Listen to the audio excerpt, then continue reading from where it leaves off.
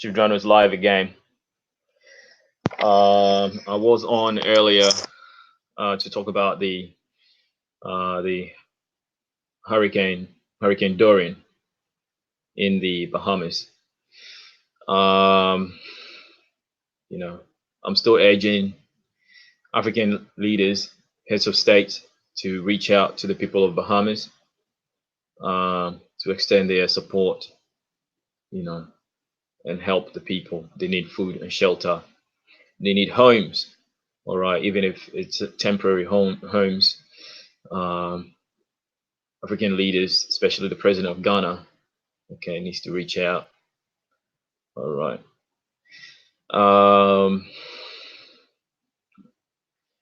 How's everyone going? I do not have anyone here, but if you come in, I'm Giordano. My channel is Giordano. If you're new, please subscribe. Like this video, share it if you catch the replay. Yeah, the topic at hand, xenophobia. This is a very, very, very tragic situation. It is very, very sad. It further proves mental slavery of the African. It further proves that 1884, 85 Berlin Conference is still in full effect. The divide and conquer strategy is in full effect. Colonization on the continent is still there. It's not gone. Albeit people, the colonizers are still on the continent. All these ill events happening on the continent are being pushed and perpetrated by entities, people that only want to see a demise of the African continent. People who want to see Africans fight amongst one another and remain divided, so they can just go into Africa and take what does not belong to them. Okay, out of chaos, okay, they have order. Okay, this is what they want. Whilst Africans are busy fighting amongst one another. I am Yoruba. I am Igbo. I'm Hausa. I'm Ashanti. I'm Kikuyu. I'm Dinka. I'm Habesha. I am Tigrenya. I'm Somali. Whilst we are continuing on this foolishness, okay, they're not only laughing at us, they're praying for the day we destroy one another, okay, so they could take what belongs to us. Okay. So they could take our land, they could take our resources. All right. And this is what we're doing in 2019. Okay. In 2019, we are calling another African foreign African. We're calling another African a foreigner. When we know very well that a nation called South Africa did not exist until the Europeans arrived. A nation like Ghana did not exist until the Europeans arrived. A nation like Nigeria did not exist until the Europeans arrived. So why must we keep perpetuating our own demise? Why must we keep destroying ourselves?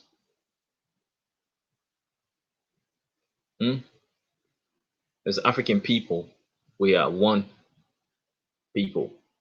We are one. We are one family.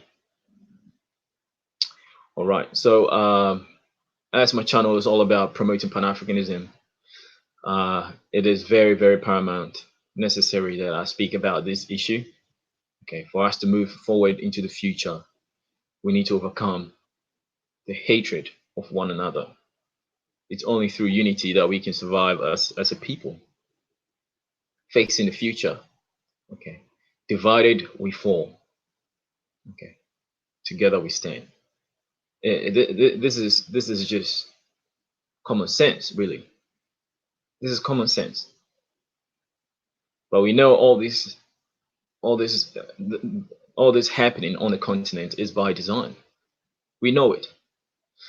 Now, before before I say more, I have I have a message from Trevor Noah. Okay.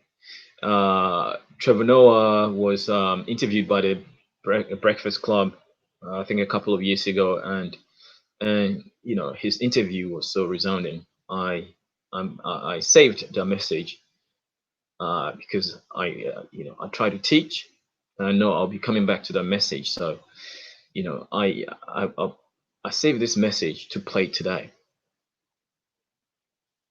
for our people to listen. You know what's happening is by design.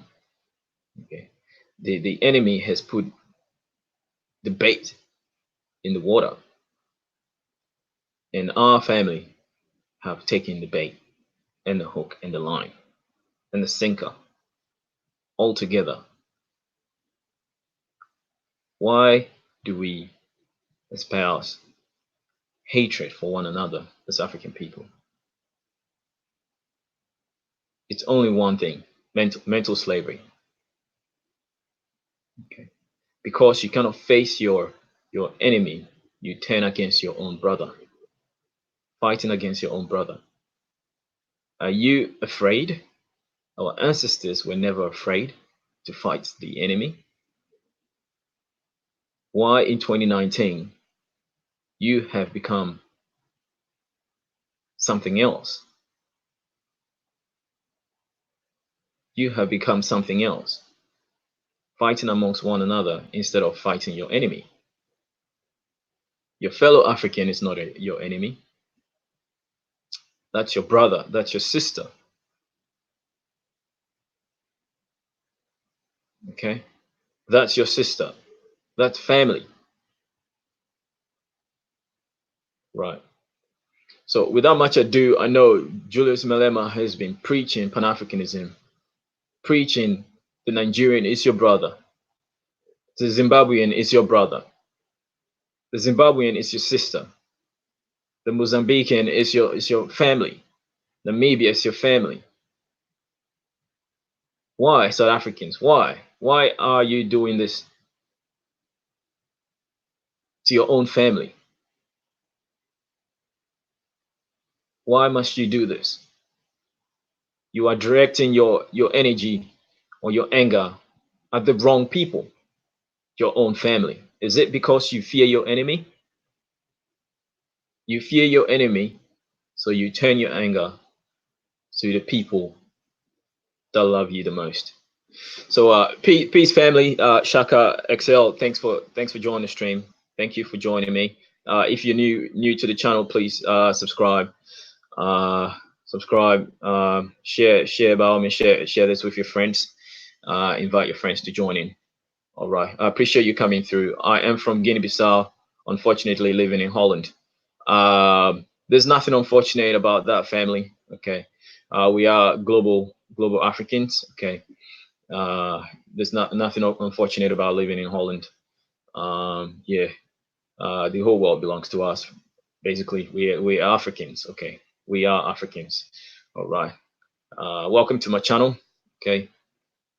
Without much ado, I'm gonna share this. I do have loads of articles to read. It might be a very lengthy stream, but my heart is really heavy. Okay, my heart is really heavy. My dad actually worked in South Africa for a while. Lived in South Africa, worked in South Africa for a long time. Australia has a large population of South Africans. I have South African friends. Okay, everyone here seems to be the most loving people ever. It's surprising that when Africans leave the continent, when it comes to the Western countries, you know, they throw everything aside and embrace one another. But why can't you do this on the continent? Why can't we do this on the continent? So it's a shame. Okay, it's a shame. So before I continue, I would like to share this with my WhatsApp group and invite the family to come in. So yeah, family, please bear with me. Uh,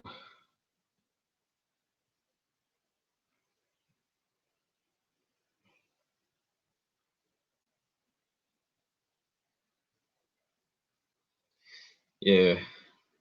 So yeah, thank you, Shaka. Thank you for joining the movement. Thank you. I appreciate you, family.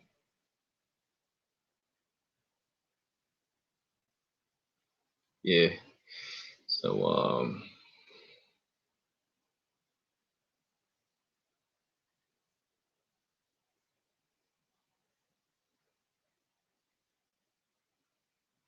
yeah. So I'm live, family. Please join me.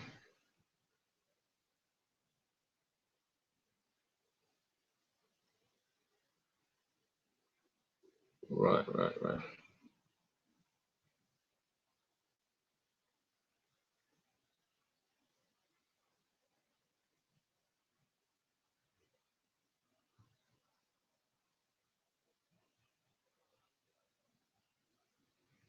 Right. So yeah. So it's the link is shared. Limco Young, thanks for joining the stream, family. I haven't seen you in a while. It's been ages, family.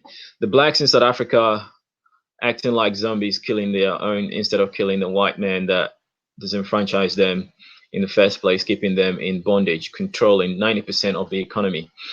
Uh, the whites are only 10%. They're actually 8% family. It's disheartening and sad. These Africans aren't taking their jobs. Yeah, I mean, you summed it up, family. It's really, really sad. It's tragic. Okay. If you speak about tragedy, okay, as much as Hurricane Dorian is a tragedy to Bahamas. Okay, xenophobia is epic tragedy. Epic tragedy. Okay, at least you can rebuild after a hurricane, but you cannot rebuild a life after it's been taken. Okay, a life is lost. Okay, and killing one another. Okay, especially someone that looks like you. Okay, is the most evil thing you can ever do. Okay, and it based on the premise that you know you cannot take the fight to your enemy. You in turn take the fight to someone that looks like you, just because they're not part of a country created by the European. An African did not create South Africa. A European created South Africa. This is the foolishness. Okay, this here is the most foolish thing ever. South Africa was created by Europeans. No African created South Africa. And these Europeans are still in South Africa, and they own 90% of the wealth in South Africa. Yet you blame Nigerians, yet you blame Zimbabweans. I mean, this is really sick. Okay, this is mental slavery at best. Okay, and the effect of colonization and so on. Okay, now before I progress, okay, I'd like to play a message from Trevor Noah. Okay, Trevor Noah was interviewed by the Breakfast Club a couple of years ago, and he said something very, very, very profound. Okay, and after that, I'm gonna share some articles that I have. Okay, of course, the president of South Africa, Cyril Ramaphosa, has denounced these people and said there's no justice for this. Okay, I mean uh, xenophobia has no place in South Africa. Yet this is the second time we've seen this. One in 2008, I think, in 2019. 10 years later, it's raised its ugly head again. So what's going on in South Africa, family? What's going on? What's going on? What's really going on? Are you not on board with Pan-Africanism? Right? Are you not on board with the unification of everyone of African descent? Are you not on board with the African free trade? Are you not on board with the African Union? How about the Organization of African Unity, which fought to ban apartheid in South Africa? What about Nigerians who spent money to abolish apartheid in South Africa? The ever-mounting pressure put on South African government, apartheid government, by the African Organization of African Unity, okay, to abolish apartheid. Have you forgotten that? Oh, I see. You've been miseducated, or you've not been educated at all. Okay, so half the problem we have as African people is lack of education. Okay, lack of education. You know, the application of knowledge is wisdom, but we have a group of people who have no knowledge at all, who have been disconnected from any form of knowledge, any form of knowledge. So you don't expect them to act wise at all. Surely, oppression makes a wise man mad. Naima, thanks for joining the stream, family. Thank you for joining the stream, sister. I appreciate you for coming through. I haven't seen you in a minute. You missed my previous stream. Yeah, but yeah. So I am very, very disappointed, right? But yeah, I won't ramble on for too long. I wanna share this message from Trevor Noah.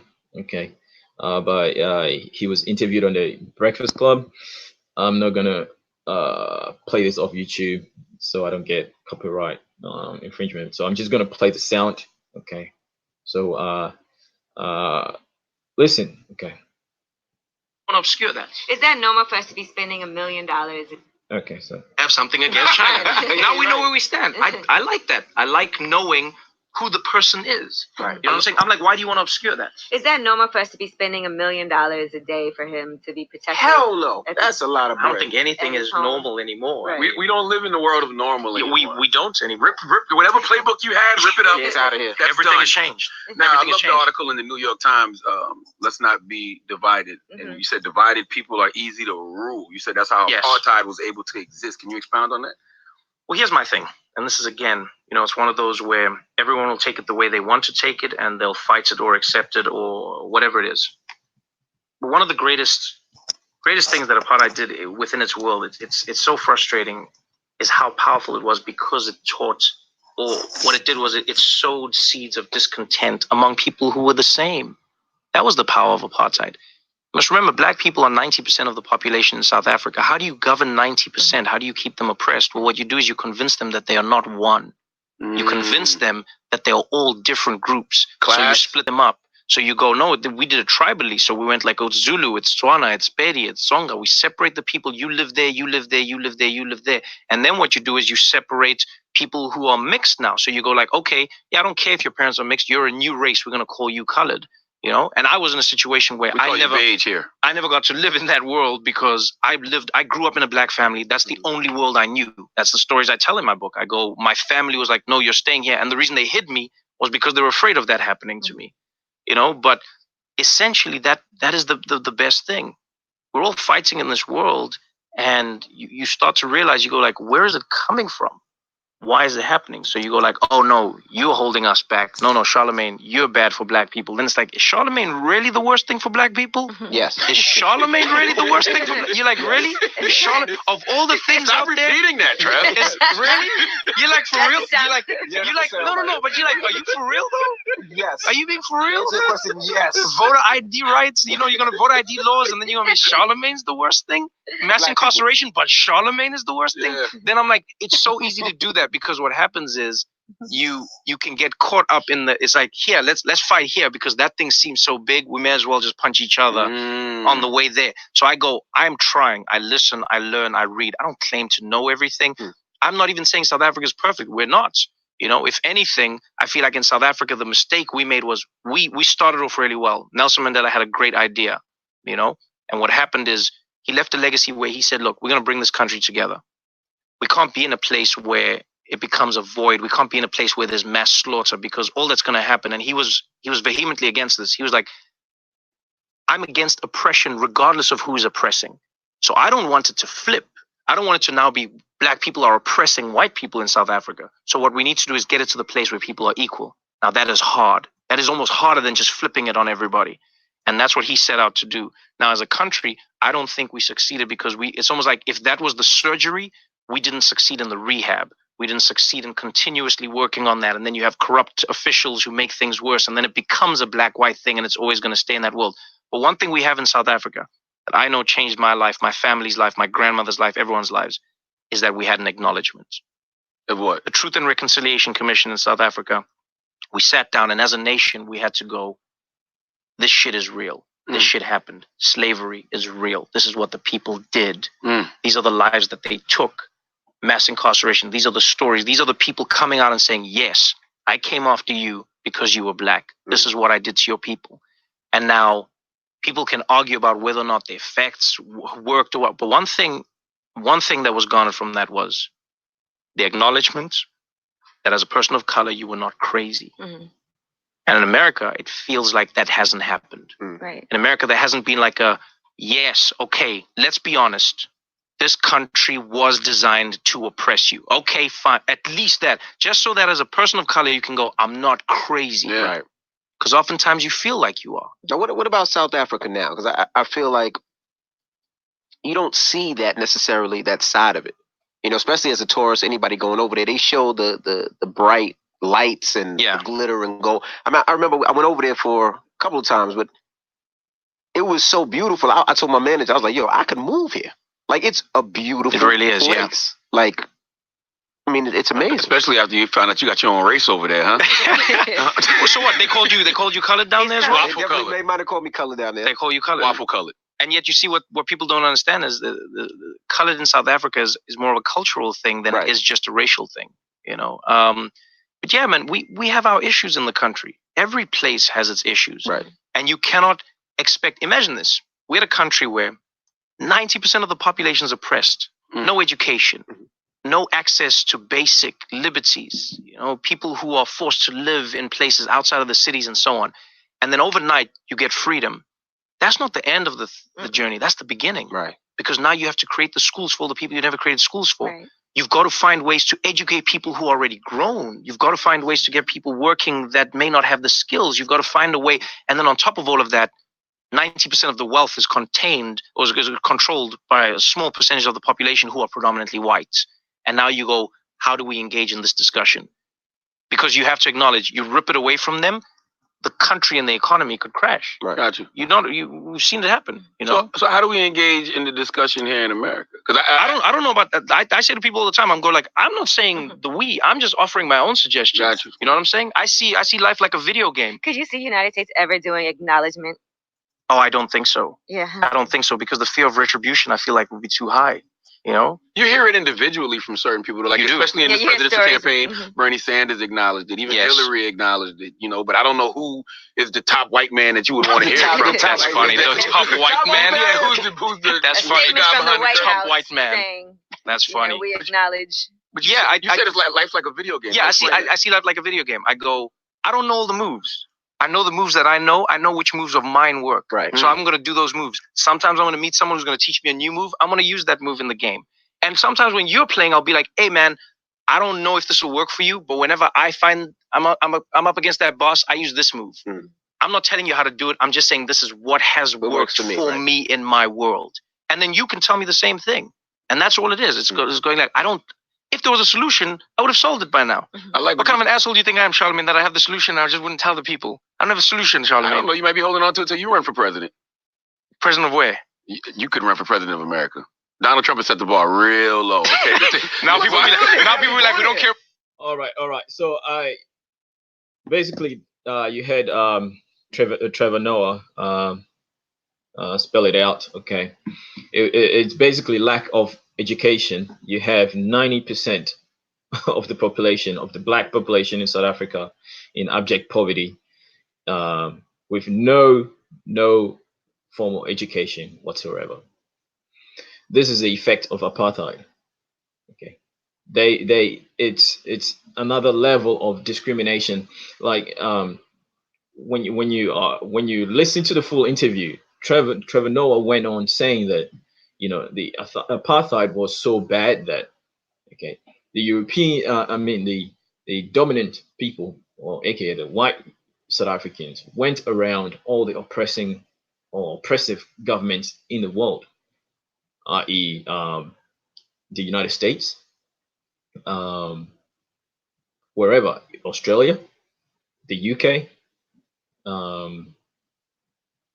Denmark, Holland, wherever, where black people are being oppressed, right? To gain advice, to document their procedures of oppressing people. So when it came back to South Africa, they re-strategized the system of oppression, and they formed a perfect brew to oppress a group of people. And it was so effective that you have a population of I'm not too sure the population of South Africa, but you have 90% of the population of South Africa being indigenous Africans, and only 10% being a select group of people, aka white Europeans.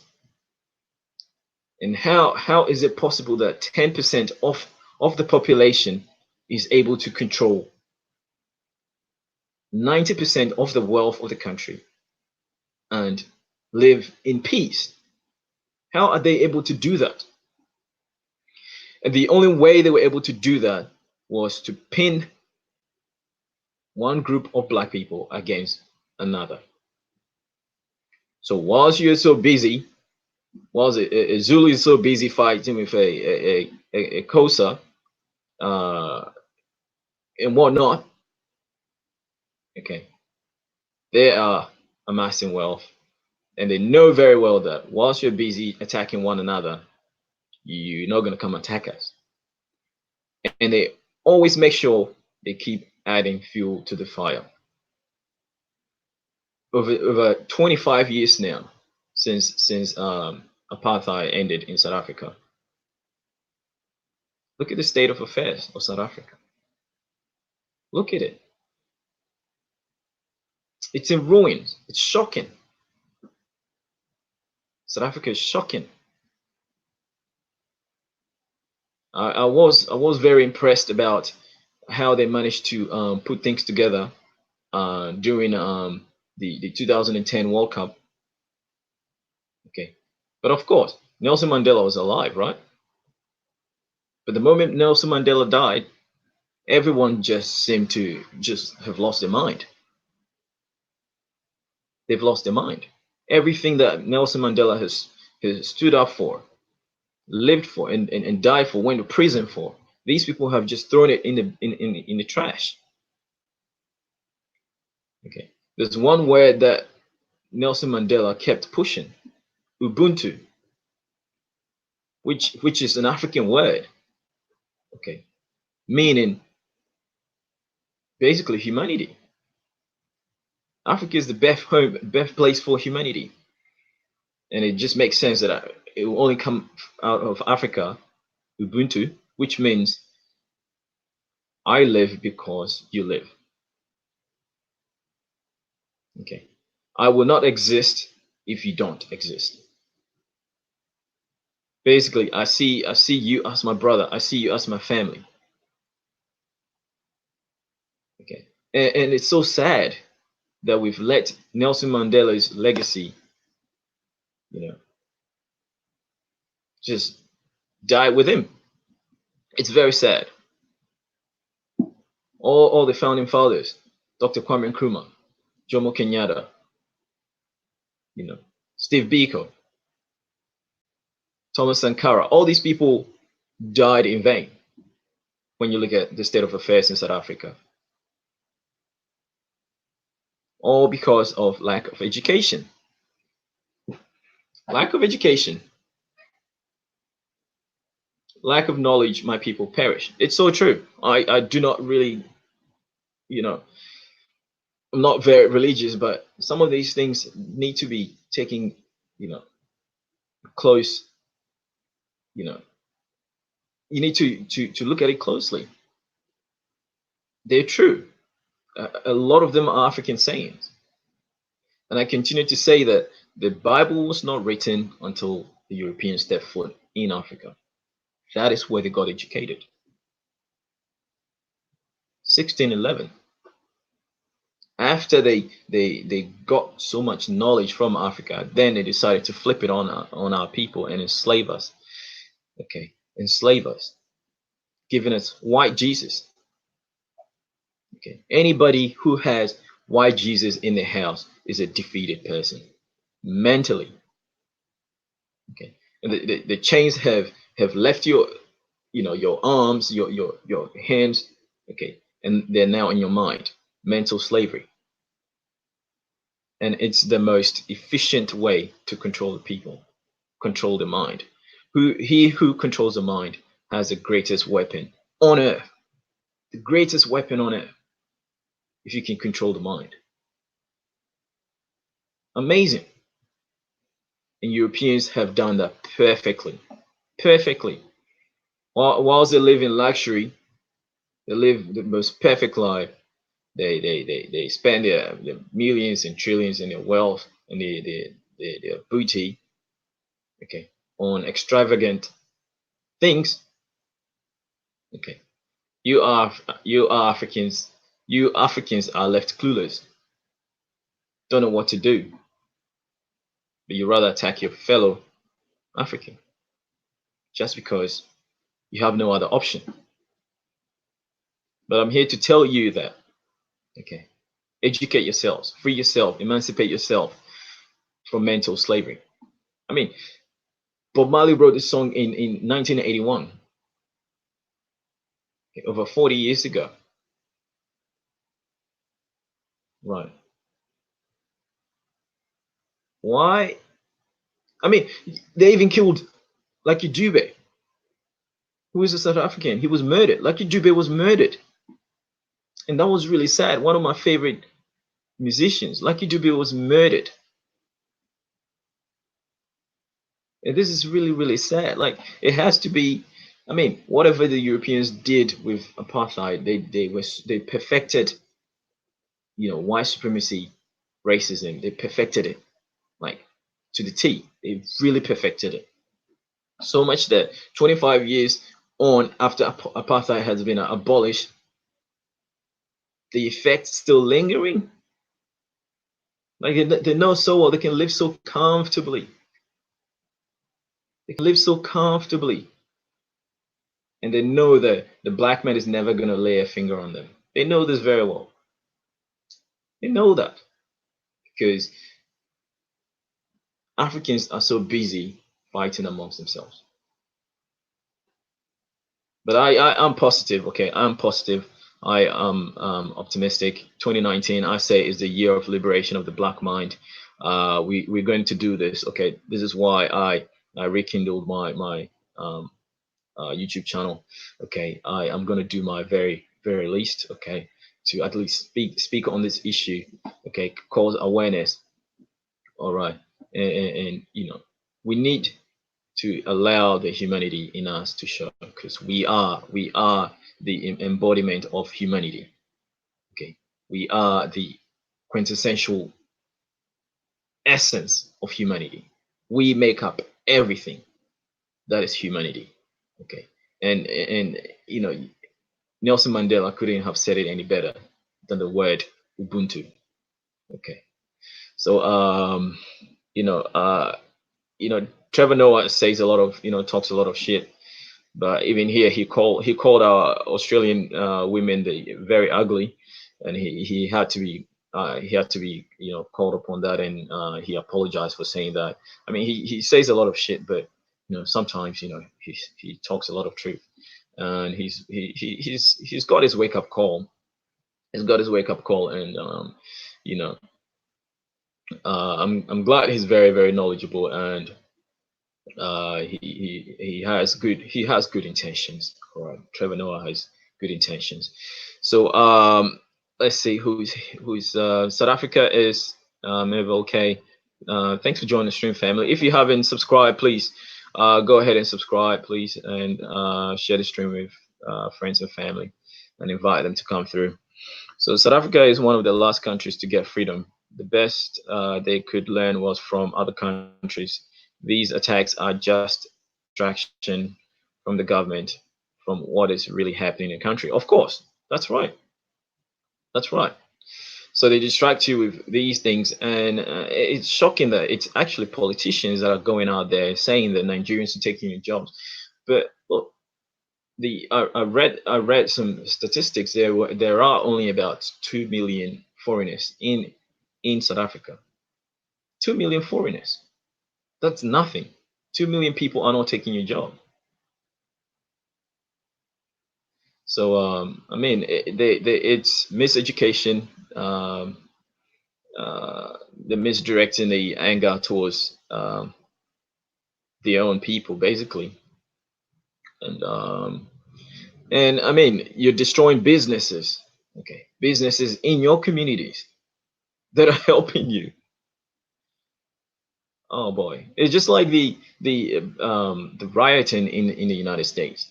You are angry at the system instead of going to where the people that control the wealth and everything else. Instead of going there and burning their businesses, you are burning the businesses in your own community. How does that help anybody? How does that help you? You're trashing your own community. How does that help you? It's mental slavery is real, family, and it's really sad. Okay, it's going to take drastic measures to get rid of mental slavery, and it's going to hurt. Okay, it's going to hurt. All right, the wake up call will not be easy. All right, it will hurt. So let's see. Let's see.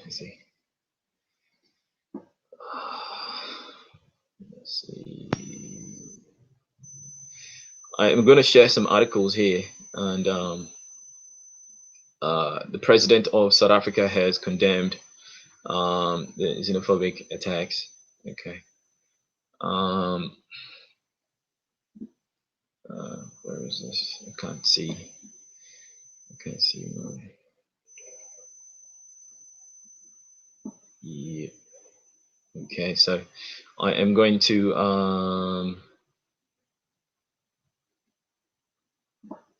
all right, so let's see. Chaotic Storm, I'm gonna make you a mod here. All right, so add moderator. Okay, yeah, there you go. So in the previous stream, I had a troll come through, and yeah. So let's see. All right, so Neymar, you've got support. So subscribe and support the channel, family, and like this channel, and share, invite your friends to come through. So Melville K, self-hate and complex inferiority. Okay, that's what it is. Okay, inferior complex. Okay,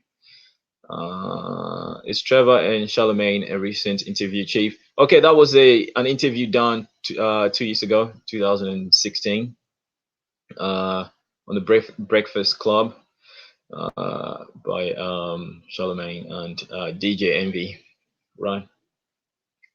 So yeah. So I am going to share these articles, okay, and we will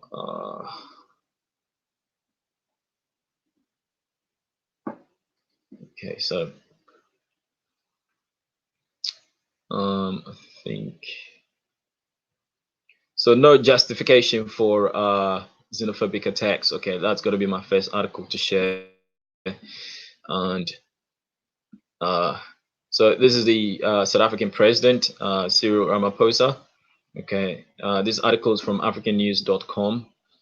It says no justification for xenophobic attacks, South African president. AU chief. So AU chief. So Abdur Rahman Alpha Shaban. Okay, 14 hours ago. Okay, so South African President Cyril Ramaphosa has reacted to xenophobic violence in parts of the country, condemning the incident as unacceptable and without any justification whatsoever.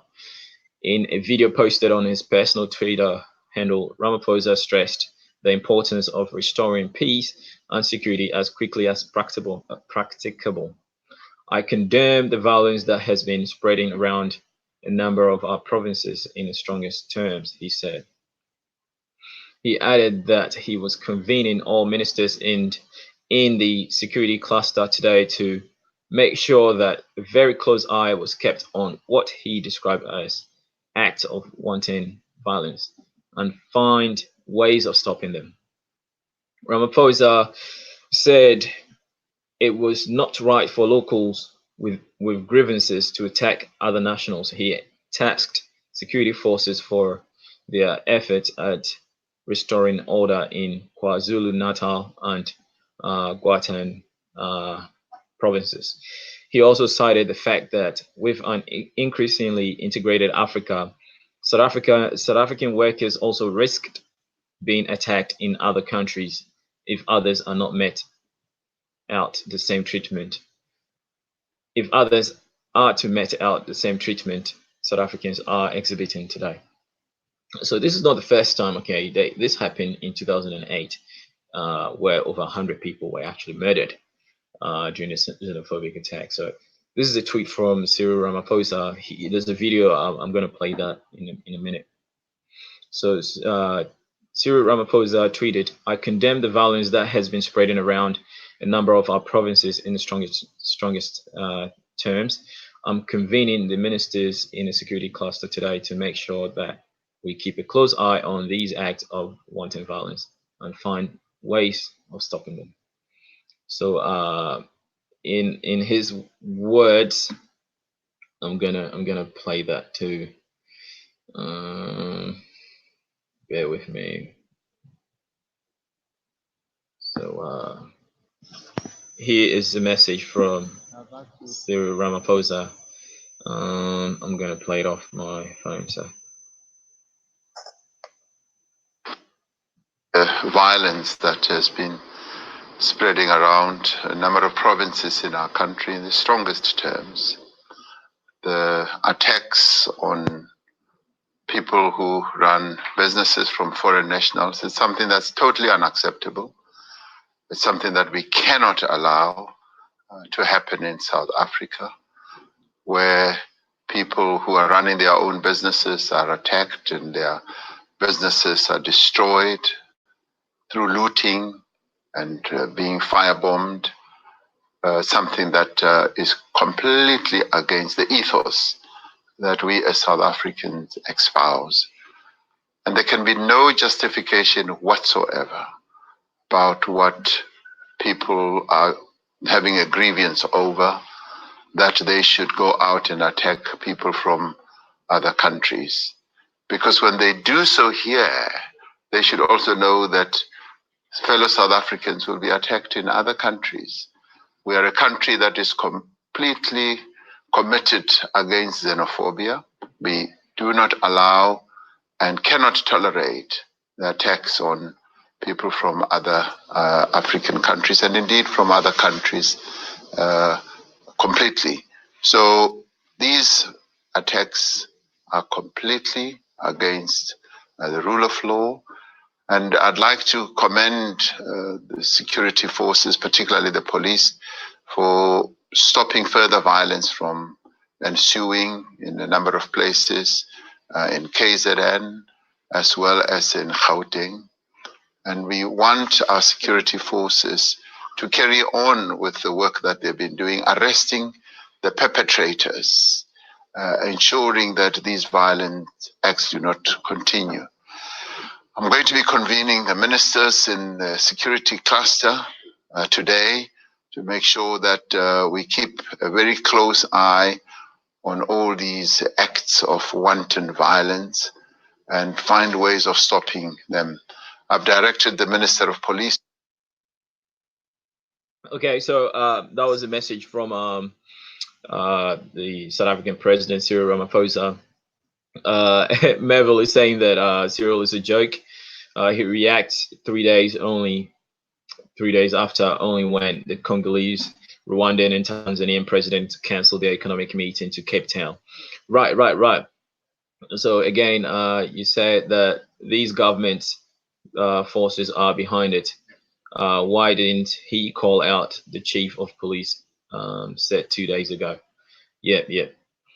So yeah, if you follow my channel for a while, I was very disappointed that South Africans voted in Cyril Ramaphosa as opposed to voting for Julius Malema.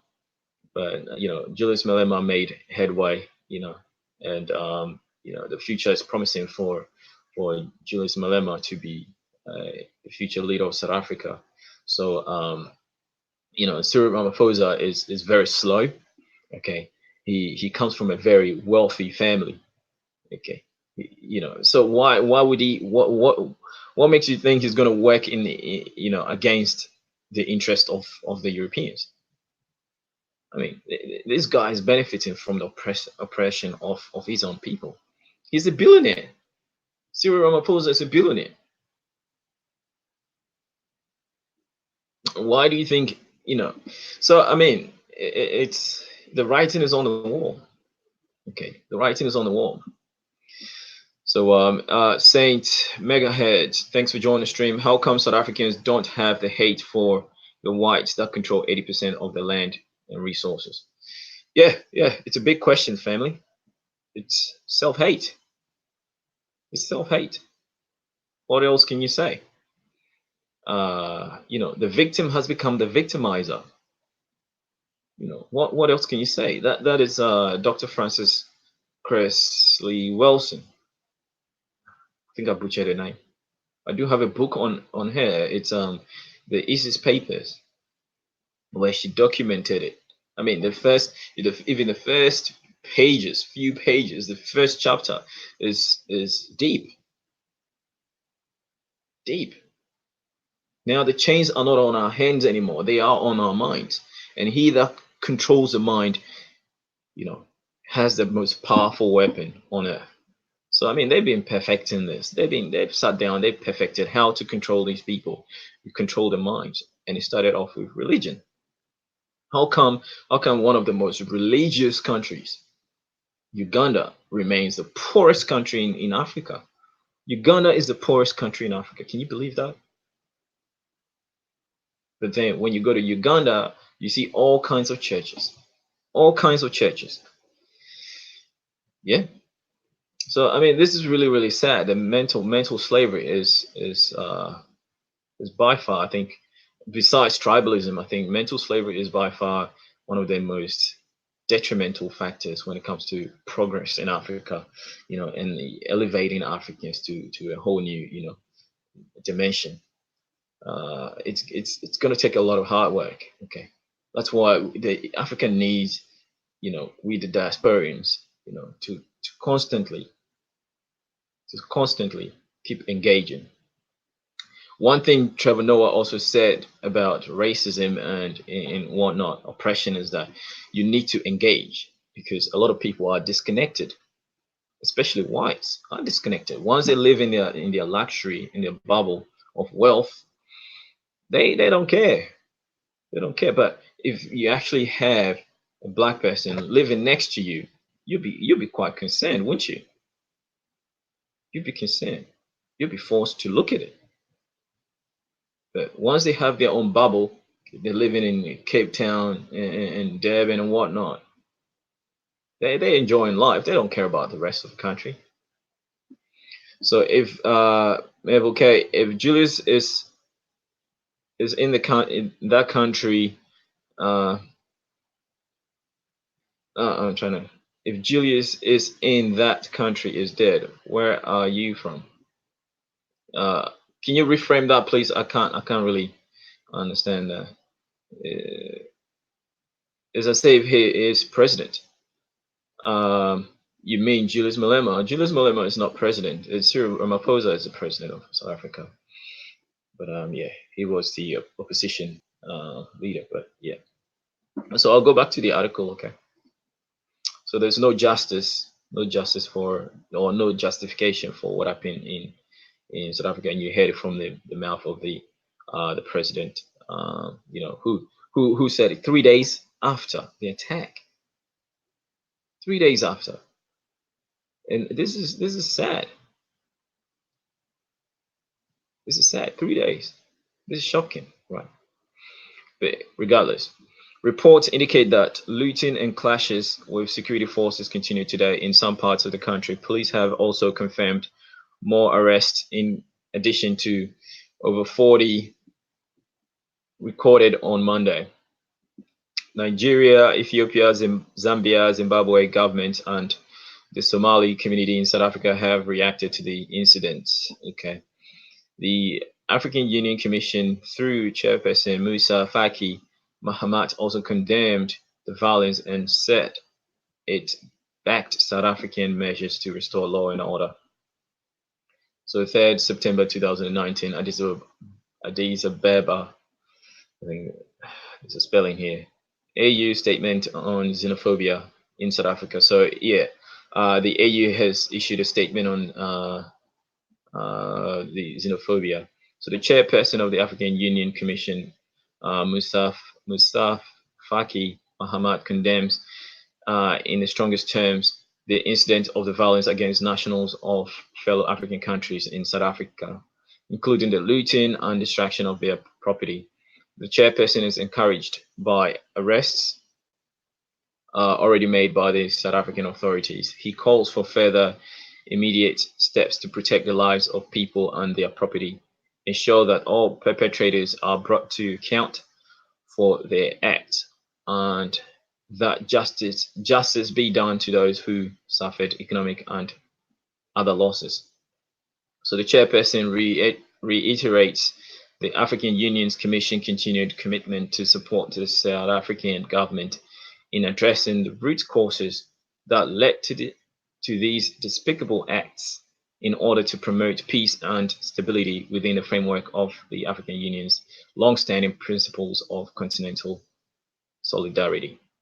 So if you want to get down to the root causes of the xenophobic attack, okay, you'll be staring at the white man in the face, the white South African, those that own 80% of the wealth of South Africa. You'll be staring in their faces, in their eyes, in their cold blue eyes. You'll be staring in those eyes.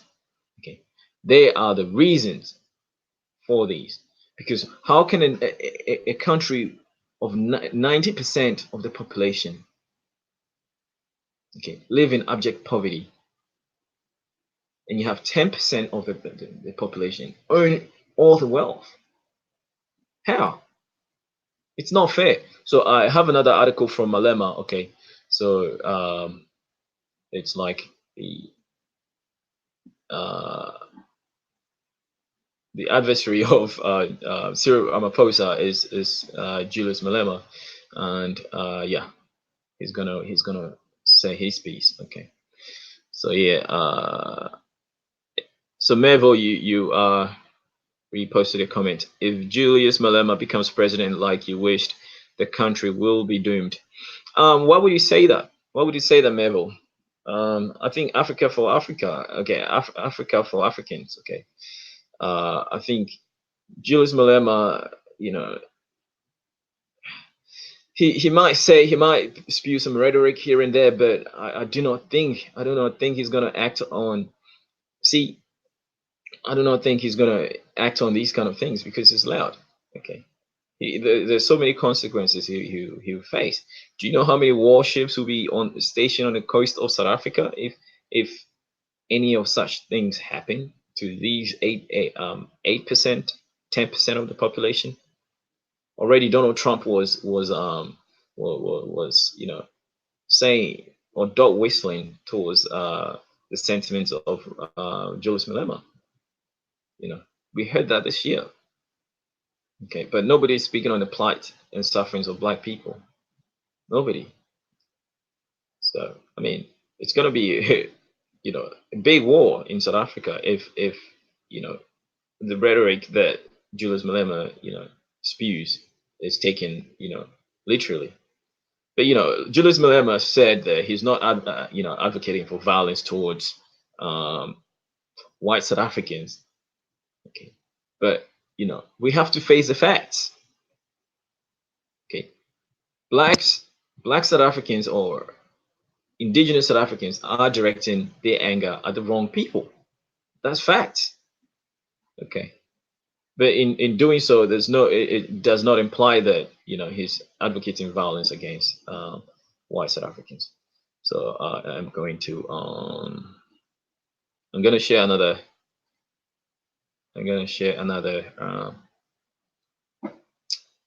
article, right? So this is from Julius Malema, and we should hear what Julius Malema is going to say.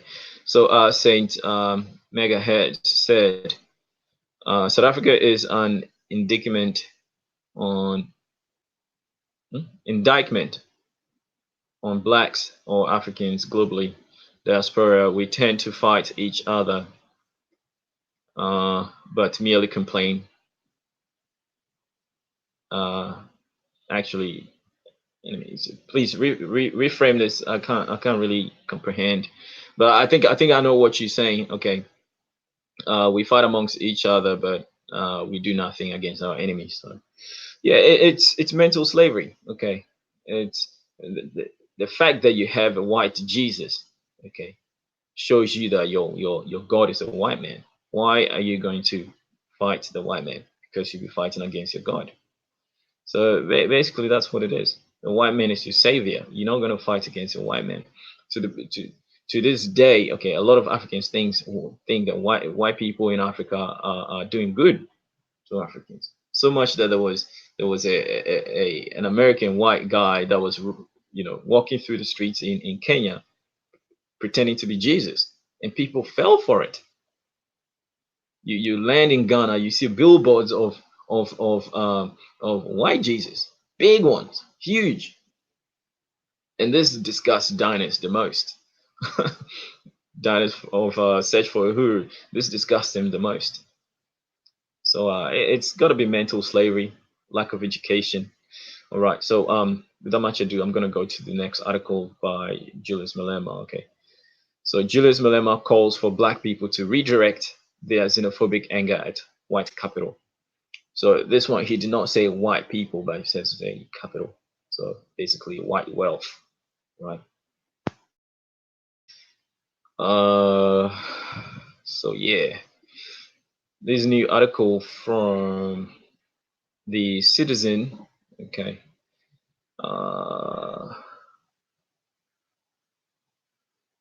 So I think this is ZA, so that would be like Zambia.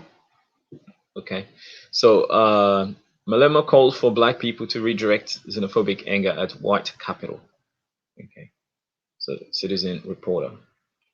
So EFF leader Julius Malema is seen addressing his supporters outside the North Gauteng High Court after the matter between public protector Busisiwe Makwebene. Oh, sorry, family. I butchered the name. Okay, so I'll leave that at that. Okay, the EFF leader has responded to reports of renewed xenophobia by asking his followers to rather direct their anger at wealthy white people. Okay, so I intelligent people do not see this for what it is. I mean, this is not what Julius Malema is saying. It's not to white people. He said white capital. Okay, capital means white wealth. Okay, so yeah, I mean, you be a fool to go attacking white people for what's going on, right? In a tweet that has been described by EFF opponents, AfriForum, as a racist incitement, Malema called for African brothers and sisters to rather direct their anger at the owners of wealth, white monopoly capital. So our anger, so this is a tweet from Julius Malema, our anger is directed at wrong people. Like all of us, our African brothers and sisters are selling their cheap labor for survival. The owners of our wealth is white monopoly capital.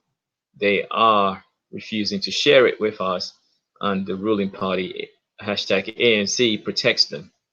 So this is not entirely false. I mean, it's true. I mean, Cyril Ramaphosa is acting in the best interest of the these people. Okay, so yeah, it's evident when you look at the South African elections, what transpired after that. You know, so he was reacting to widespread reports of xenophobic attacks throughout South Africa against African immigrants, particularly in Gauteng, where 5 lives have now been lost. Our anger is directed at wrong people. Like all of us, our African brothers and sisters are selling their cheap labor for survival. The owners of our wealth is white monopoly capital. They are refusing to share it with us, and ruling party ANC protects them. He tweeted. So AfriForum Deputy CEO Ernst Roes shortly thereafter called the tweet nothing other than a racist incitement of violence against minorities. Oh boy, minorities? Wow. Okay, so minorities control 80% of the wealth of the country. These people, are they aware of what they're saying? Okay, so violence against any community has to stop. It should not be directed at anyone else. The world should take notice of persecution of minorities in South Africa. Wow, so it's the crime victim now. Wow, so I mean, this is so crazy. Minorities control the wealth and oppress majority, but it's wrong. It's racist for the majority to fight back. It's completely racist. It's unacceptable for the majority to fight back and ask for equal distribution of wealth or redistribution of wealth or ask for land back. Okay, I should continue. However, Malema responded hours later by writing that it was allegedly white people who had created a xenophobic tension by supposedly telling black people that foreigners had taken their jobs. Okay, so this is really true. This is what Trevor Noah said, really. Okay, this is what we are fighting for crumbs. So yeah, Dinus would say blacks are fighting to be fighting for position in the bottom of the slave ship. Okay, Africans are fighting for position at the bottom of the slave ship instead of taking the fight to the slave, owners or captors. Okay, you are fighting amongst yourself. This is sad, right? I think these whites must for a second keep quiet because we are dealing with a mess created by them. They are the ones who created this situation by telling us that we are poor and unemployed because foreigners took our jobs. We are fighting for crimes. Okay, so yeah. He's not telling lies. I mean, this is true. This is facts. This is facts. Okay, it's a glaring fact in your face, in your eyes. Okay, so the EFF official account called on its followers to unite against the common enemy and claimed that borders were imposed on the continent by colonists or colonialists. Okay, I'm getting tongue-tied. So I mean, the Berlin Conference, they drew those lines. Okay, they drew those lines. Germany took Namibia. Britain, the Dutch took South Africa. I mean, come on. Britain again took Zimbabwe. Portuguese took Mozambique. So I mean, this is a joke, right? When Africans are fighting amongst themselves. Okay, this is really foolish and stupid, right? So economic freedom fighters, we must unite against the common enemy. These borders were imposed on us by the colonialists who continue to own majority of our resources and control the means of production. That's the real enemy. So I think I'll play this. Okay.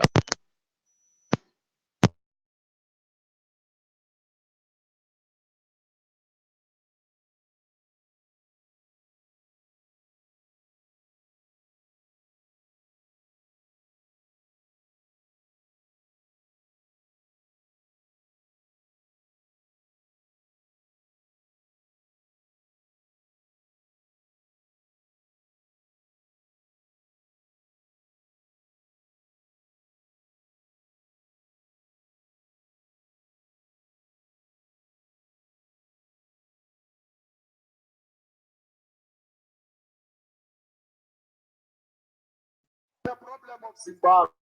We call upon Mnangagwa to respect democracy. Democracy is not elections, but human rights. Why do you beat people who are toy-toying? Why do you shut down the internet and social media? Because you disagree with the people. We don't want that type of government in Zimbabwe. We are praying that the people of DRC must find a permanent solution for DRC. We want the people of Western Sahara to get their land back. We want the people of Palestine to... So, main code, thanks for joining the stream, family. I haven't seen you in a minute. Millset Rhodes, why are they attacking other Africans from different countries? I mean, it's foolishness, okay? Best explanation is foolishness. All right. They cannot take the fight to their enemies. They're taking onto their own people that look exactly like them. This is what it is. This is what colonization has done. Okay, this is what apartheid has done. Apartheid has said that, you know, you blacks, you are your own problems. Okay, we whites, we are good. We live in luxury and everything. We're good, but you people, that you are your own problem. When the white South Africans have taken the most, you know, viable part of the land for growing food, they've taken it all onto themselves. Okay, they've purposefully deprived 90% of the population of education. Right. This is what's going to happen. Okay, this is what's going to happen. All right, so I'm going to go back to the video. Okay, so the reason why Africans are attacking other Africans is just mental slavery. Okay, and they cannot take the fight to their enemies. They decide to take the fight to basically destroy themselves. And this is divide and conquer. Okay, this is how divide and conquer works. Okay, pinpointing one tribe against the other, and this is the way they were able to colonize Africa, right? This is it. Okay. So I'll go back to my Julius Malema speech. To get their freedom from apartheid Israel, which stole the land of the Palestinians. We want the freedom of the people of Cuba, because the people of Cuba, they've done so much for us as the people of South Africa. The suffering of the Cubans is our suffering. So fighters, let us not be too local. Let us be international. We are existing in a globe. We do not exist in isolation. Aritsebe matata alefase kamuga, because atoma wanakwa, before you know it, I should have it.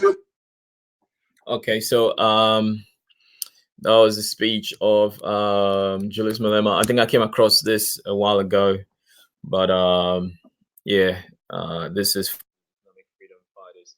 We must unite against the common enemy. These borders were imposed on us by colonialists who continue to own majority of our resources and control the means of production.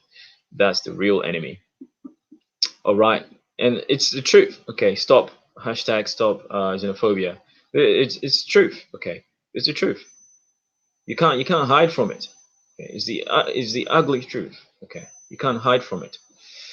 So the article kept on saying there have been reports of Africans on the continent taking revenge at the xenophobia, with one report in MTN story being looted in MTN story being looted in Nigeria, and further reports of a ShopRite store being targeted too.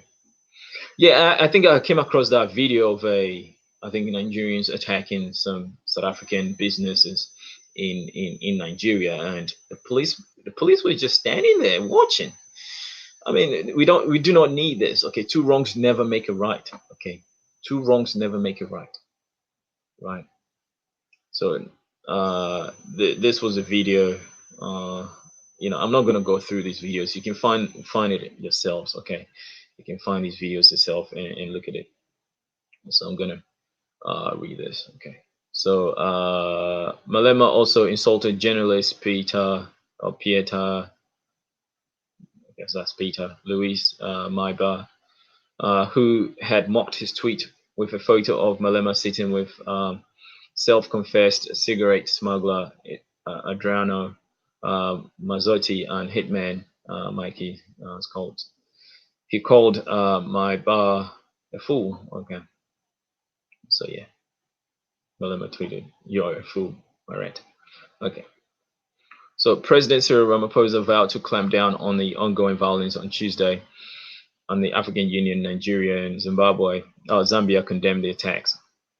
And so hordes of people, some armed with axes and machetes, gathered in Johannesburg's central business district for a third day of unrest directed against foreigners, hours after mobs burned and looted shops in townships of Alexandra, prompting police to fire rubber bullets to disperse them. 5 deaths. Most of them South Africans have been reported, police said, adding that 189 people have been arrested. In a video address broadcast on Twitter, Ramaphosa said attacks on businesses run by foreign nationals is something totally unacceptable, something that we cannot allow to happen in South Africa. I want it to stop immediately, said Ramaphosa, adding that the violence had no justification. Sporadic violence against foreign-owned stores and enterprises has a long history in South Africa, where many locals blame immigrants for higher unemployment. But this is really stupid, because these businesses are bringing employment. If anything, they're employing local South Africans in these businesses. Okay, so I mean, this is I think it's envy at this stage. Okay, you envy your fellow brother, you know. But yeah, I'll keep on. So the country is a major destination for economic migrants from neighboring Lesotho, Mozambique, and Zimbabwe. Others come from much further away, including South Asia and Nigeria, Africa's most populous country, Nigeria. Gavin Bulchand, who lives in Coronationville. I'm sorry, I do not know that. A low-income suburb west of Johannesburg, said he witnessed one of the killings on Tuesday, which was blamed on a Pakistani store owner. This is sad. Okay, so they're not only attacking Africans as well; they're attacking other foreign nationals. All right, so the owner of the shop shot him straight in the face. Oh, right. Okay, so the owner of the shop shot the African in the face, Bolton told AFP. He didn't have to shoot the guy like that, you know. Oh, well, yeah, if you threaten me, I'm going to shoot you. That's what it is, right? I'm defending myself. It's either I kill you or you kill me, all right? So this is what's come to. So people are taking our jobs and stuff, and it's our country after all. This week's assault appeared on a greater scale than in the past. Although the full details remain unclear, they burned everything, Bangladeshi shop owner Kamrul Hassan, 27, told AFP in Alexandra, adding that his shop gets attacked every 3 to 6 months. All my money is gone. If the South African government pays for my plane ticket, I will go back to Bangladesh, he said. The violence and looting of shops occurred in Johannesburg and surrounding areas. You shouldn't be counting on the government to do that. Man, seriously, go back to your country, man. If you're from Bangladesh and, you know, for the sake of your life and your families, don't wait for the government to do that. Go back to your country, okay, and press your government to press on the South African government. This is how you do it. But if you stay there, you put your life in danger, right? Right. So you see, a lot of people do not have this kind of wisdom and understanding, okay, and they act stupidly and end up losing their lives. So the violence and looting of shops occurred in Johannesburg and surrounding areas. Similar incidents occurred in the capital, Pretoria. Like, my question is, if you're in a country where people are always constantly causing you strife and grief, and telling you they don't want you. Why don't you just leave? Why do you continue to stay there and complain about how you're treated? I mean, there's no way in hell I'm gonna be somewhere that someone is maltreating me and I'm gonna keep staying there and hoping for it to get better.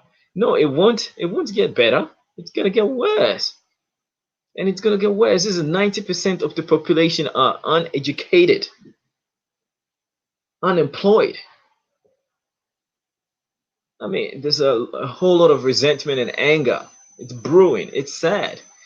It's sad. Okay. It's not gonna be good for you. Right. So just if you can move yourself, there's so many places in Africa you can live. You don't need to be in South Africa.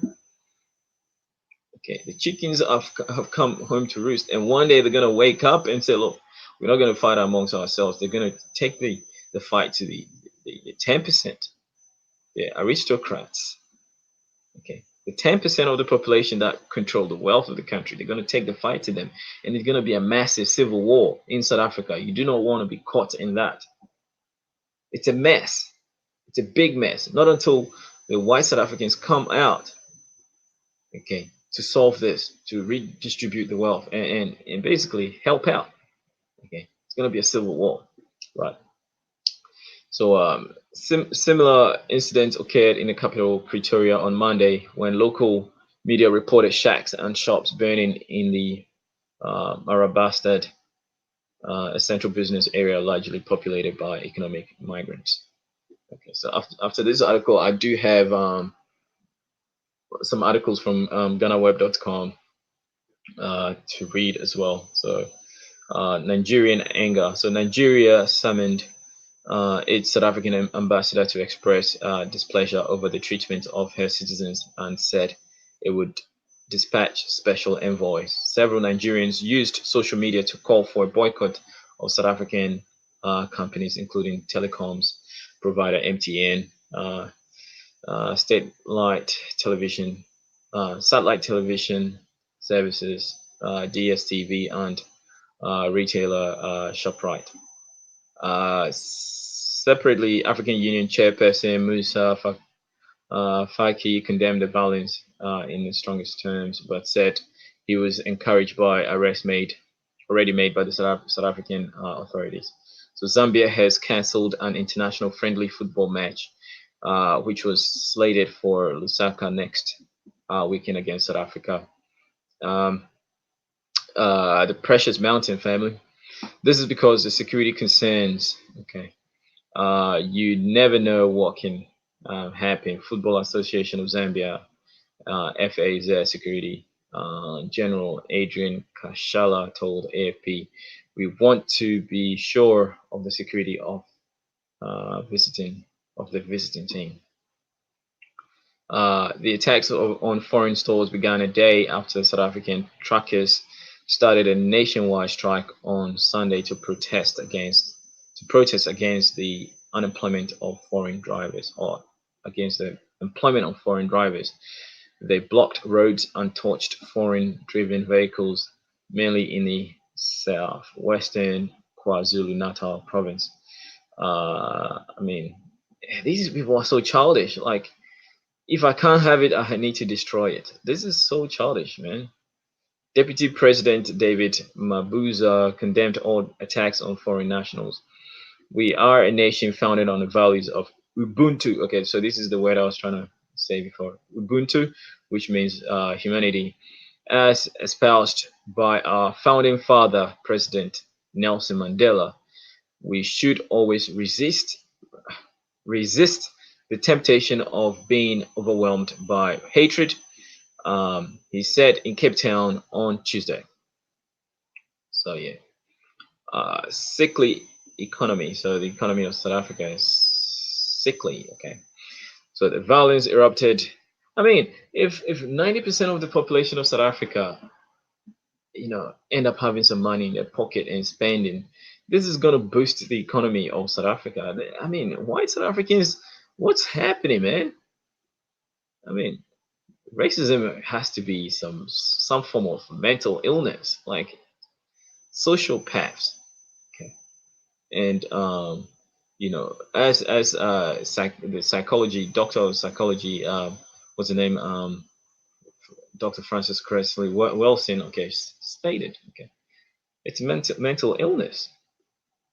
Okay, so yeah, the violence erupted ahead of a meeting of the World Economic Forum on Africa in Cape Town, where hundreds of political and business leaders will gather for 3 days from Wednesday. David Makura, I think this was strategized. Okay, they know this meeting was going to happen, so they staged it so it will gain publicity. And I wouldn't be surprised this came from high office. Okay, the call for xenophobic attack came from within, you know, the office of the you know, the ruling cabinet. I mean, party. What else is to say? It makes sense, you know, or opposition. It just makes sense, right? So this issue can be dealt with without resorting to xenophobia. Makura told reporters, there is no country that has that does not have foreign nationals. Opposition parties pinned the blame on the ruling African National Congress. So there we go. So all finger pointings here. South Africans are scared and excuse me. South Africans are scared and lack real hope for the future, said Musi Maimane, leader of the Democratic Alliance, South Africa's official opposition. We are seeing economic and social collapse in action. Ramaphosa took office after elections in May that he won on a platform of reviving the country's economy and boost employment. But in July, the National Statistics Office said joblessness had reached 29%, the highest since the country's quarterly labor force service was introduced 11 years earlier. So yeah, that concludes the article. So yeah, we see what's happening in South Africa, family. Okay, we see what's happening. All right. Like the stream. Okay, if you like this kind of information, okay, please support the channel. Okay, help us grow. All right. So it's self-explanatory here. Okay, we see what's happening in South Africa. It's finger pointing. Okay, South Africans are very divided now. On many fronts. It's very sad that there's a lot of finger pointing happening, and the saddest part is, you know, you're looking at another African as the cause of your problem. Okay, and that's very sad. So, melanine Africa is still colonized indirectly. Thanks for that comment. I think it's directly. I mean, it's not you know, indirect. It's directly. I mean, it's colonization is still in full effect. Okay, colonization is still in full effect. All right. So it's plain. It's in plain sight.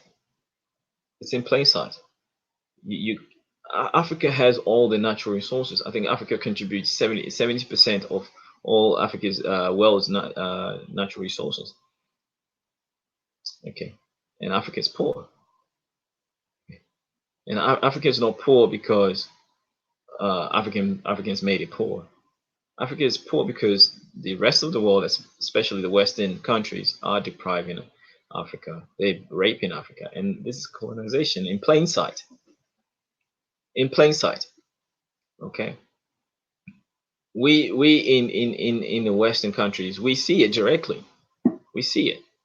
The party that we have here in Australia is because of, you know, the rape of Africa, or the rape of indigenous land and resources. This is the reason why we're able to have the party we have here in these Western countries, the United States.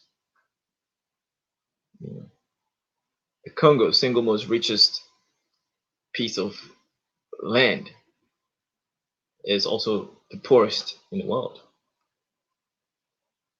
Why is that?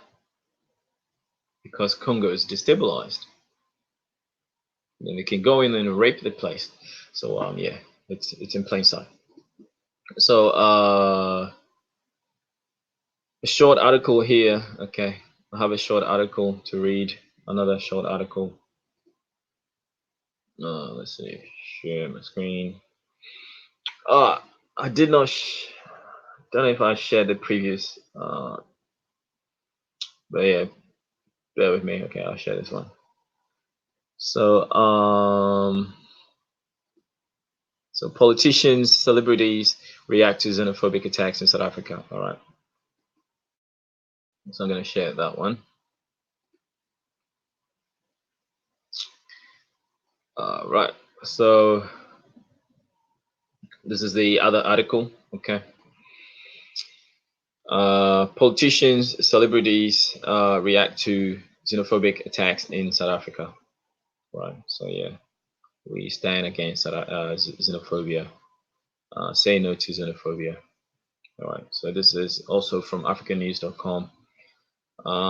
South Africa, Daniel Mambere. So 5 hours ago. So this is fairly new.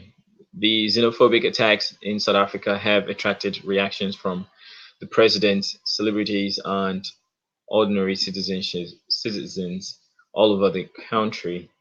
South Africans and Nigerians are using social media to call each other out over attacks that have been characterized by looting and violence in the major cities of Johannesburg and Pretoria. In this article, we highlight some of the quotes by prominent leaders that have driven the debate on the latest wave of xenophobia in one of Africa's biggest economies. So this is in quotes: there can be no justification for any South African to attack people from other countries. So we know who said this is Cyril Ramaphosa, the president of South Africa, and I previously read that. So I'm going to skip that. Okay, so Muhammadu Buhari, Nigeria president. I am sending special envoy to President Ramaphosa to share our deep concern about the security of Nigerian lives and property in South Africa, and to ensure that South African government is doing everything within its power in this regard. So Musa Faki Mahamat, African Union Commission Chief. I reiterate AUC's continued commitment to support the South African government in addressing the root causes that led to these despicable acts in order to promote peace and stability. And I stated that the root causes was the result of apartheid. Okay, the 10% of the population that control 90% of the wealth of the country. Okay, that is the root cause. Okay, another factor is the 90% of the population are deprived of basic amenities and social amenities, education, healthcare, stuff like that. All these things are going to be breeding grounds for poverty, and out of poverty comes crime, and hatred and xenophobia and whatnot. So, AKA South African rapper, we can say Africa unite all we want. We need real practical solutions to fight xenophobia. So yeah, not until you stare the white man in the eyes, okay, you're not going to deal with xenophobia. Okay, Cyril Ramaphosa need to face his own, demons, really. Call a spade a spade. Okay, this is what you need to do, and this is what Julius Malema has been doing. So that's why the dominant population economic wise would not allow Julius Malema to be president of South Africa. So yeah. Davido, Nigerian musician. If our country good, waiting we go fine. So goes Saudi. Let me see if I can understand. If our country is good, wait, what are we? Waiting we go fine. Go. Okay, so if our country is good, what do we have to? Why do we have to go to South Africa? I think this is what it means, right? It's broken English. I'm struggling with that one there. So Burna Boy, a Nigerian musician, also stated, "And to my brothers and sisters, I am not encouraging any violence or anything, but please, please protect and defend yourselves at all times. It may not seem like it, but there's always a way. So Julius Malema, South African opposition politician, our anger is directed at wrong people. Like all of us, our African brothers and sisters are selling cheap labor for survival. Bobby Wine of Uganda. What? I thought this guy was arrested, man. He's still talking. Okay, so xenophobic attacks in South Africa are very sad, disheartening, and disappointing.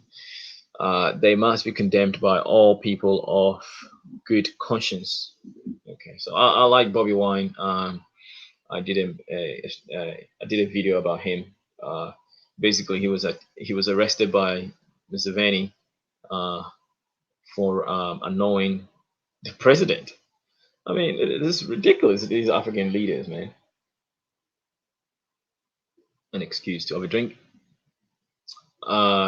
Two Baba Nigerian musician also said, xenophobia is a result of so many brainwashing things. We need proper African education. Okay, so I like that one. Education and resetting of our thinking, which should be the next main course of action after subduing these attacks, or else it will happen again. Only solutions will solve things in Africa now. So Christian Achu, Guinean footballer, say no to xenophobia. So yeah, basically I need to add that to my title. Hashtag say no to xenophobia. So that's the end of the article from africannews.com. Okay, so it's celebrities and people of prominent voices are saying no against xenophobia. So I'm coming on to what is this?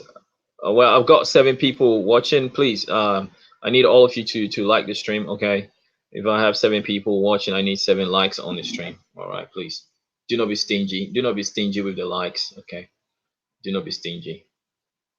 Right. So let's come to the comments for a minute. Saying Megahead, the xenophobia excuse will be used by whites to further the agenda in South Africa. Of course, if this should go towards a white, you will see warships on the shores of South Africa. I'm betting on that. Okay, because these people have vested interest in South Africa, all these foreign nationals and stuff like that. They all do, right? You will see warships, but because it's happening to black people, they're silent. They're very silent. They're very, very silent. We saw what happened with the when Malema said the reappropriation what's the word? Reclaiming of the white land owned by African lands owned by white people, basically. It's sparked uproar, everywhere. Even what's his name? He's no longer on YouTube. What's his name now? Alex Jones was interviewing these people and they were crying. These white South Africans were crying that they've been attacked on their farms, and it's not really true. Okay, we all know very well that blacks would never attack white people. Even as bad as it is in the United States, blacks are not committing mass shootings on white people. It's ridiculous. Okay, the black man loves the white man so much. Okay, and this is the problem in South Africa. They see the white man as God. Okay, you have white Jesus. When you have white Jesus on your wall, there's no way you're going to be attacking white people. There's no way you're going to be doing that, because they feed you. They feed you. You're afraid. So Melanine Africa, some groundwork need to be done to let the people know who their real enemy is. Yeah, it's really. I think if a people actually know who they actually are, okay, nobody's gonna tell them who the enemy is. So right now, the people are so mentally enslaved they do not even know who they are. They forgot who their ancestors were. Okay, everywhere throughout the continent. Okay, we've forgotten who our ancestors were. Warriors. We were all throughout Africa. African ancestors. Our ancestors were warriors, great warriors. Okay, warriors. You know, this thing can not happen in Afghanistan. You can't have this in Saudi Arabia. You can't have that. There'll be suicide bombers running around, but till date, I'm yet to find a African suicide bomber. I'm yet to find one. I'm yet to find one. So whites are so comfortable. They know very well that blacks are never gonna attack them. They know that. Blacks love them so much. Okay. Because at the end of the day, they're getting crumbs. At the end of the day, they're getting crumbs.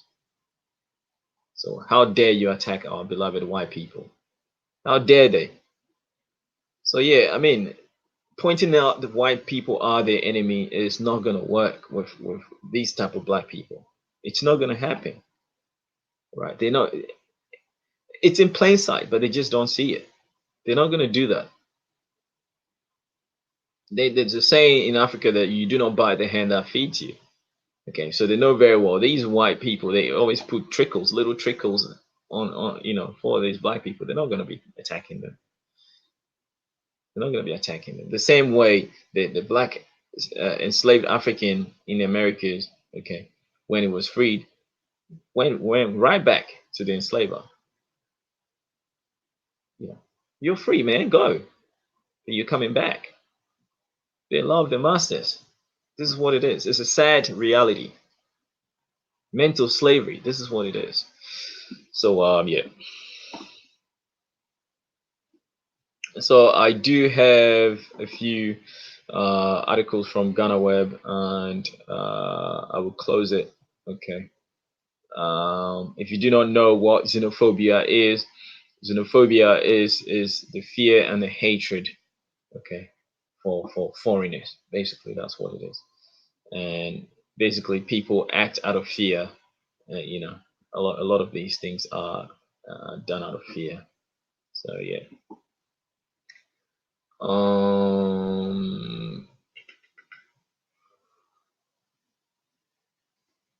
Okay, so I'm gonna share another article from GhanaWeb.com. GhanaWeb.com. The articles are very, very short. New York Times also has an article: South African riots kill 5 and spare cries of xenophobia. New York Times. Okay, so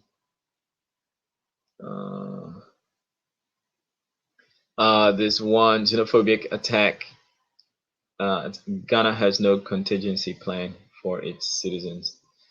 South Africa vows crackdown on xenophobic attacks after 5 die.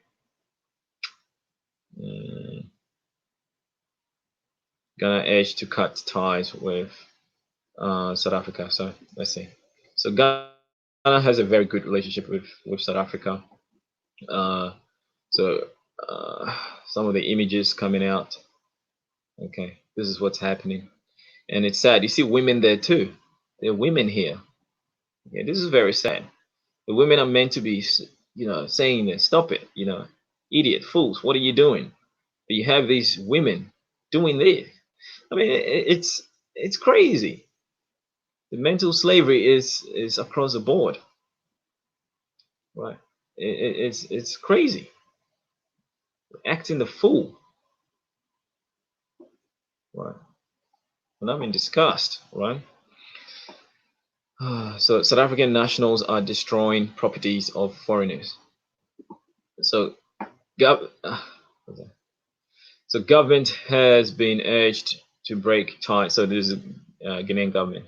So government, and this article is from GhanaWeb.com. So government has been urged to break ties with South Africa after another round of xenophobic attacks on Africans has left 5 dead and several shops torched. Ghana's left-wing political movement, Economic Fighters League, called for this severing of diplomatic diplomatic ties in a statement available to Joy News. The statement signed by Fighter General Hadi Yakubu said a break off with the South African government will force them to do the right thing. I mean, this is what the African Union is for. I don't think the individual countries should be doing this. It should be the job of the African Union. Right. So human rights groups and several African governments have expressed worry that the South African government is doing little to deal with xenophobic rage. The Nigerian government has summoned the South African High Commissioner, while Zambia has warned truck drivers who work in the country to stay away. Joining in the condemnation, the Economic Fighters League said the South African government continues to deny the existence of the problem. So denying the existence of the problem does not make the problem go away. It's just going to get bigger and bigger until you can't contain it anymore, basically. It's like the elephant in the room, okay? The big elephant in the room. You're not addressing it. It's just going to get bigger and bigger and bigger, right? South Africa's police minister, Becky Cele, said on Monday that criminality rather than xenophobia was to blame for the senseless violence. I mean, xenophobia is criminality. I mean, it stems out of criminality. So, I mean, this is funny, right? Okay, so that makes sense that they're trying to dodge the bullet. Yeah, I mean, they're trying to dodge the situation here, but yeah. President Cyril Ramaphosa also refused to call the attacks xenophobic, describing it as anti-foreigner violence. So yeah, the EFL also criticized the Akufo-Addo government for its shameful silence on the happenings in South Africa. I mean, the Ghana president has not even spoken about the hurricanes in the Bahamas, which he was recently in. So I mean, it says a lot, right, about incompetence, right? So Bloomberg has reported looting in northern Johannesburg town of Alexandra, also on unrest in Marabastad in Pretoria. Police presence has been beefed up in central Johannesburg since the attacks began Tuesday. African migrants are viewed by some South Africans as impediments in their quest for jobs and economic power. Wow. Okay, so this is just foolishness, right? But yeah. So more of the article. Xenophobic attack. Okay, here shops being burned. Okay, more than 50 foreign-owned shops and businesses have been destroyed. Right. So this is very, very tragic. Okay. Diplomatic engagement. Describing the recent attacks as very disturbing and very unfortunate, Mr. E.C. Boateng said African ambassadors were scheduled to meet today, September 3rd, to deliberate on the matter with the view to finding a lasting solution to the matter. We started deliberating on this from March. We never thought it will reoccur or recur because all the meetings, all the discussions centered on the fact that this thing should not recur. I'm sure tomorrow there will be that engagement, he assured. Mr. AEC Boateng expressed optimism that they will get an end to the recurring xenophobic attacks on foreign nationals, stating there is always a means to end. There is always a means to an end to bring peace and tranquility among ourselves. He said, as Africans, we believe in African integration, hence the need to see how we work towards permanent solutions to this problem. Okay, family, I think I'm exhausting myself. But yeah, I mean, basically, this is what it is. More of the, news on African news. South African xenophobia, Zambian protests, Nigerians online fume, Ethiopian caution. So yeah, You know, Ethiopia. There's a lot of Ethiopian refugees in South Africa. Ethiopia has to be one of the most displaced nation on the planet, with 3 million of its citizens being displaced. A lot of them finding themselves in South Africa. But these people are mainly going after business owners, which doesn't really make sense, because business owners are, especially African business owners, are, they've brought employment to your community. I'm pretty sure they're employing locals, stuff like that. So it doesn't make sense, right? So I'm not gonna go through that. Okay, I'll leave the article in the description box. I think this is going too long. I'm getting exhausted. So yeah. I think that's it. All right. That's about it. So yeah, Ghana Web also stated that South Africa's President Ramaphosa condemns anti-foreign violence. Anti-foreigner violence. Okay, so xenophobia is what we've termed it, but he's calling it anti-foreigner violence. But it's stupid because, I mean, as an African, you're not a foreigner in another African country. Okay, we need to remove this is why we need to remove these borders, because we Africans did not draw these borders. We did not draw these borders. It was Europeans that drew them. Right. So yeah.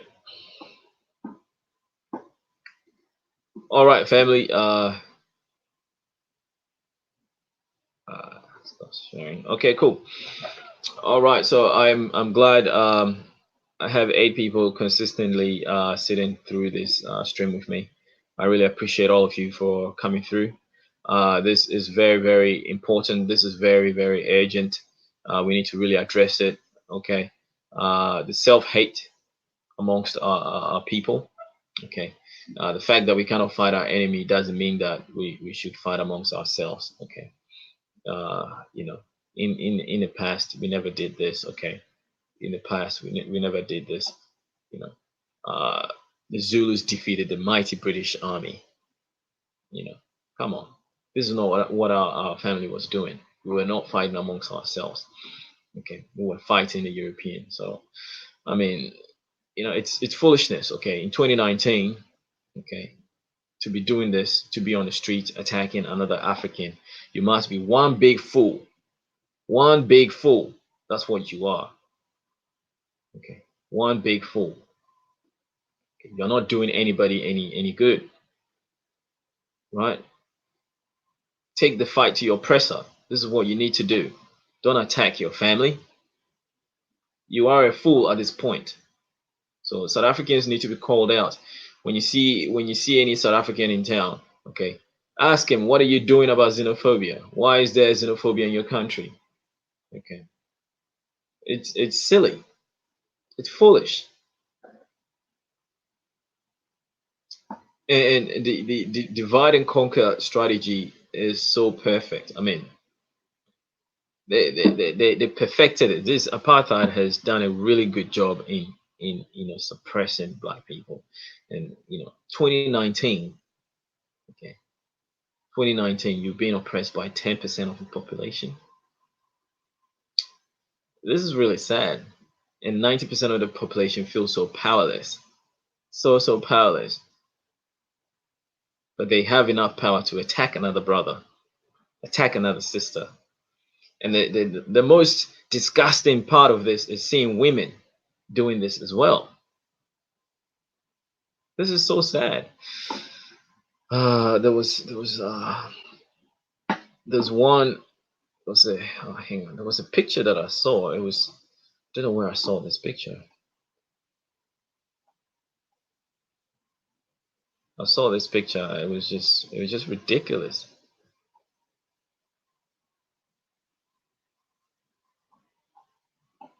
It was just ridiculous. I saw this photo somewhere.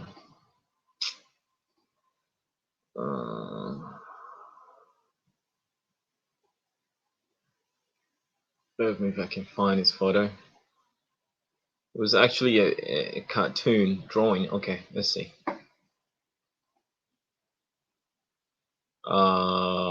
Share the screen.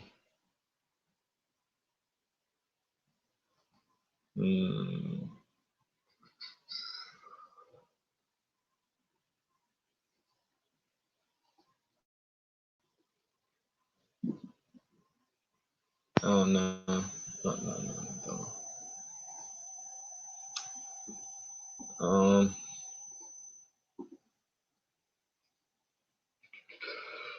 Sorry, family, wasn't that one. Yeah.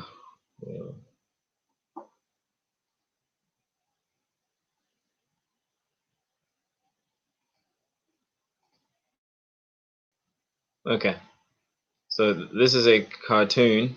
Okay, let me know if you see that.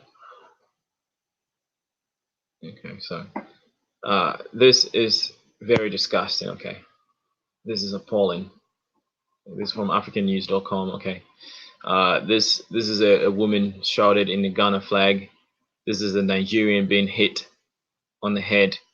Okay, by a South African, someone with the South African flag. Okay, it is very, very sickening. Okay, it's very sad. At this point, it's foolishness. Okay, now I've lost it. I was trying to zoom in. Okay, there we go.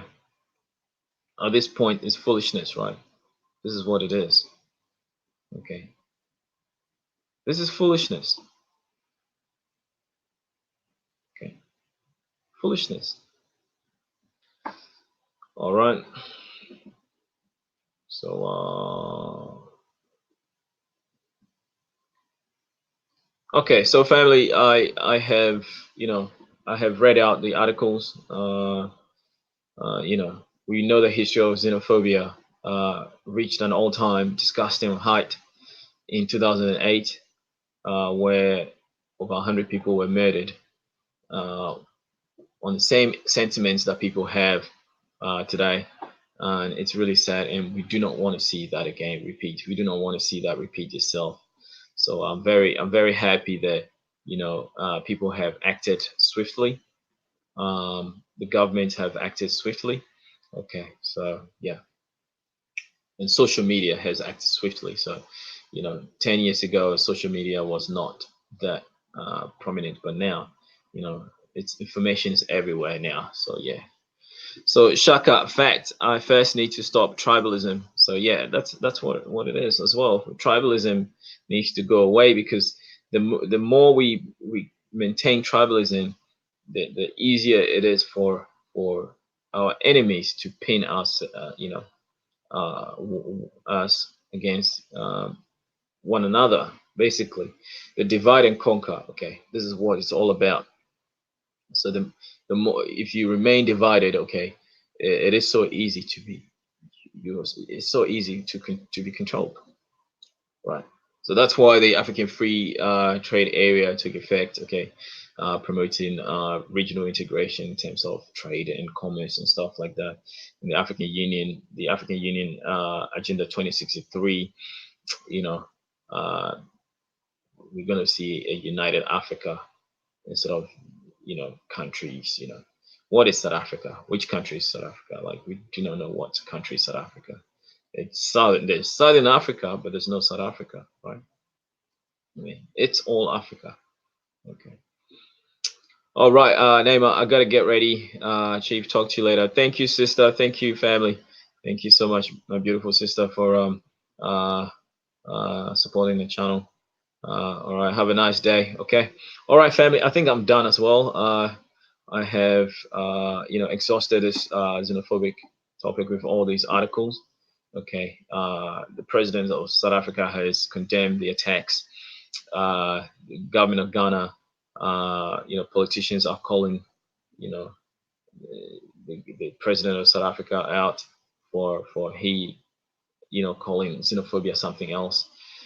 Julius Malema is, calling against speaking out against the xenophobic attacks, and basically saying that Africans are directing their anger at the wrong reasons, okay, the wrong people. So which is facts, okay, which is facts. So I mean, news has got to me here in Australia, so I'm speaking out against xenophobia and stuff like that. So we can all do this, okay, in our own social media platforms. We can all do this. Lita for Christ, thanks for joining the stream, family. I appreciate you. Would you agree Africa is still colonized? Indeed, I agree. Okay, indeed. Okay, the colonization is not, it's not to us. Okay, to us in the West, it's plain and open. The African still, controls his own affairs, but there are puppets. Okay, there are puppets. Someone like Cyril Ramaphosa, I see him as a big puppet. Okay, big puppet, and stuff like that. But Africa is not physically colonized as it was 50 years ago and whatnot. But it's all in the mind now. It's mind game now. It's mind control, right? Mind control. Right. So this is what it is. So the mental chains of slavery and mental chains of colonization still exist in the mind of so many people, and it's lack of education. It's nothing else. Lack of education. That's what it is. So yeah, lack of knowledge, my people perish. It's so true. So true. And oppression surely makes a wise man mad. It's all true. Very true. And it's in the Bible. Right. So all these people, they read their Bibles, but they do not understand what the Bible is saying. Anyway, so Melanine, Africa, Ramaphosa fueled it in one of his election speech. Then he changed his tune later on because he's a bandwagonist. He's fake and not for African unity. Oh, I know that very well. I think I saw that speech. Okay, and Ramaphosa, he's a puppet. He's just echoing the voices of his masters, his white masters, right? Because he's gonna get some trickles. Right. I think if I'm right, Ramaphosa's family owned some mining companies and some oil companies or something like that. That's how he got his wealth. That's how he got his wealth. But yeah, and all this the behest of the everyday African people, expense of other African people or everyday African people, and it is very sad, very very sad. So Ramaphosa is not gonna speak out against his masters. He's a puppet, and that's why Julius Malema hates him so much. Okay, all African countries individually need to condemn the African Union. I think all the African countries form the African Union. So, the African Union is only as strong as United Africa. So that's what it is. Okay. So you need to understand all the African countries collectively form the African Union. So the African Union does not stand on its own as a single independent entity. Okay, the African Union is an embodiment of all African states. Right. So yeah. All right, family. I hope you enjoy the stream. Okay, please like the stream on your way out. On this note, I will say thank you to all my new subscribers. Thank you to everyone for joining the stream. Let's see who was here. Shout out to all of you. Okay, Shaka XL. Okay, nice to meet you, family. Thank you so much. Okay, thank you for subscribing. Okay, Limco, blacks in South Africa acting like zombies, killing their own instead of killing white. Okay, I do not disagree with you at all. Okay, it's crazy when you see the pictures; they look like zombies, really. Resident Evil 5. Okay, this is what it looks like. Neymar. Okay, have a nice day, family. Chaotic Storm. Okay, thank you so much for supporting. The Kamba guy, okay. Hello, family. Thank you for the support. Melville, okay, thank you for the support, family. Okay, subscribe if you haven't yet. Support the channel. Ryan Names, okay, I appreciate you coming through, family. Peace and blessings to you too, family. Who else was here?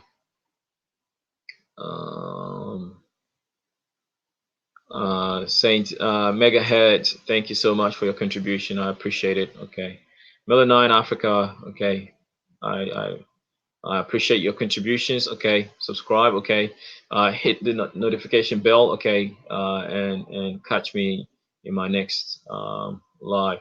I may come on tomorrow. I have a hot topic to discuss. Okay, on racism, and I'm gonna talk about that. All right. Racism concerning the United States. All right. So I will come on tomorrow and we shall discuss that. All right, family.